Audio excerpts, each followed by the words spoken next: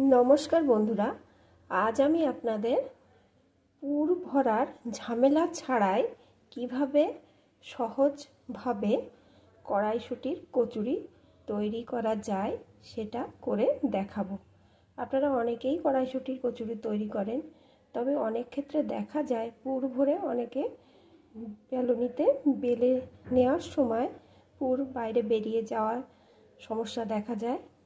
तादेर क्षेत्रे এই কচুরি বানানোটা খুব সোজা হবে।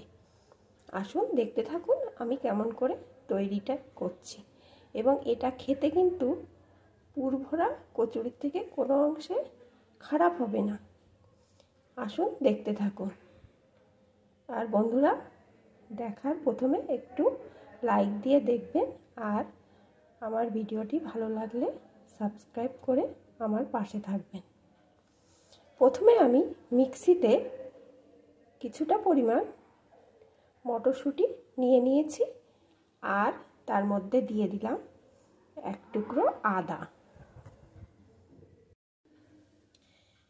3টে काँचा लंका। एखन सबकिछुके आमी पेस्ट करे नेब। सबकिछु मिक्सिते भालो करे पेस्ट करे निये एकटी पात्रे आमी ढेले निয়েছি। এখন এর ভিতরে দিয়ে দেব সামান্য একটু লবণ, একটু চিনি,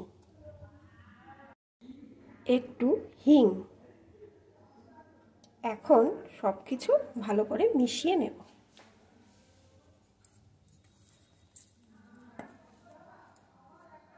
সবকিছু ভালো করে মিশিয়ে নিয়েছি।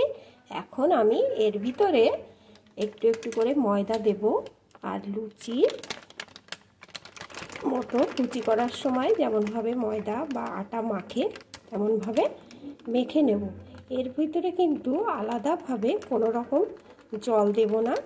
এই মটরশুঁটি থেকেই যে জলটা বেরিয়েছে সেই জলটায় যেন ময়দাটা ভালোভাবে মাখা হয়ে যায় তেমন ভাবে দেবেন আর মেখে নেবেন।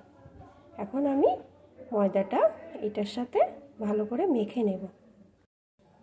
দেখুন এখানে আমার ময়দাটা মেখে নেওয়া হয়ে গেছে। এতে কিন্তু আমি আলাদাভাবে কোনো জল দেইনি। মটরশুঁটির ভিতরে যে জলটাই ছিল সেই জলে যেটুকু ময়দা লাগে সেইটুকু পরিমাণ দিয়েই মেখে নিয়েছি। আর মাখার সময় আমি কোনো তেল দেইনি। এখন আমি দিয়ে দেবো এর উপর দিয়ে একটু সাদা তেল।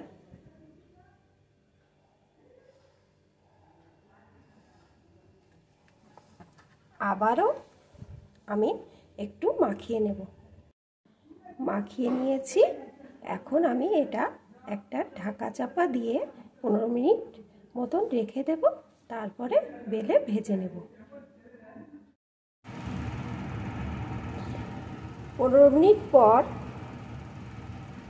ঢাকনা খুলে দিয়ে এটাকে আমি আরেকটু ভালো করে মেখে নেব। তারপরে ছোট ছোট গোল গোল লেচি আকারে কেটে নেব। এখানে আমার লেচিগুলো কেটে নিয়ে আমি গোল গোল করে নিয়েছি। আমি একটু বড় সাইজের নিয়েছি, আপনারা যার যেমন সাইজ পছন্দ তেমন করে নেবেন। এখন আমি এগুলোকে বেলে নেব। বেলার সময় আমি এর উপর দিয়ে আরেকটু ময়দা দিয়ে দিয়েছি, তাহলে বেলতে আমার সুবিধা হবে। এখন এইভাবে আস্তে আস্তে ঘুরিয়ে ঘুরিয়ে সুন্দর করে বেলে নেব।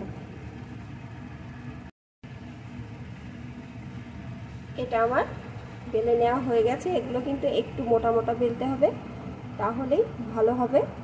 এইভাবে আমি বাকিগুলোকেও বেলে নেব। এখানে সবগুলোকে আমার বেলে নেওয়া হয়ে গেছে। এখন আমি একটা একটা করে ভেজে নেব। ভেজে নেওয়ার জন্যে কড়াইতে আমি সাদা তেল বসিয়ে দিয়েছি। তেলটা গরম হয়ে গেছে। এখন একটা একটা করে এর মধ্যে ছেড়ে দেবো আর ভেজে নেব।